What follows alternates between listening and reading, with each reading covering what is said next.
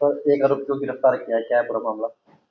इस मामले में इकोनॉमिक ऑफेंस विंग सेकंड की पुलिस टीम के द्वारा इस केस की इन्वेस्टिगेशन की जा रही थी। और इस केस के फैक्ट ये थे कि 28 दिसंबर 2015 को एक व्यक्ति के द्वारा ओम प्रकाश के नाम से पालम विहार के एक्सिस बैंक में एक बैंक अकाउंट खुलवाया जाता है।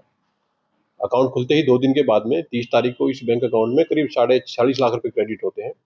बैंक के द्वारा इस ट्रांजैक्शन को सस्पिशियस मानते हुए 1 तारीख को इस बैंक अकाउंट को फ्रीज कर दिया जाता है।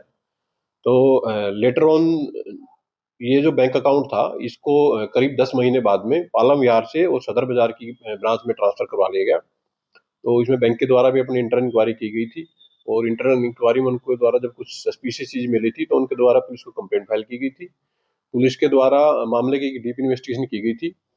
इसमें इन्वेस्टिगेशन में सामने आया है कि ये जो अरेस्ट किया गया व्यक्ति है ये नवीन राणा है। इसकी उम्र 40 वर्ष है और ये गुरुग्राम में प्रैक्टिसिंग एडवोकेट है। तो इससे पुलिस के द्वारा जब पूछताछ की गई है तो इसने बताया कि ये बजगेड़ा का रहने वाला है। ओम प्रकाश नाम का व्यक्ति था जो बजगेड़ा गांव का रहने वाला था। 1993 में उससे ओम प्रकाश की डेथ हो गई थी। तो इसके द्वारा ओम प्रकाश के नाम से फर्जी कागजात तैयार किए गए और उसका एक प्लॉट था, उसकी एक प्रॉपर्टी थी। इस प्रॉपर्टी को इस एक्यूज के द्वारा एक बिल्डर को बेच दिया गया। एक कंपनी को इसने सेल आउट कर दिया 46.5 लाख रुपए में। वो सेल आउट करने के बाद वो पैसा इसके अकाउंट में क्रेडिट हुआ था। बेसिकली इसके द्वारा फर्जी डॉक्यूमेंट्स के आधार पर मृतक व्यक्ति ओम प्रकाश की प्रॉपर्टी को बेचा गया।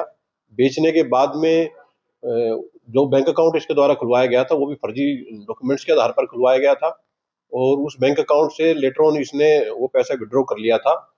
इसके एक्यूज के द्वारा जब उसका बैंक अकाउंट फ्रीज हो गया तो सदर बाजार में 2023 में इसके द्वारा एक फर्जी सेल डीड वहां पेश की गई। इस सेल डीड के बेस पर वो फ्रीज अकाउंट को इसने अनफ्रीज कराया और उसके बाद में पैसा उसने विड्रॉ कर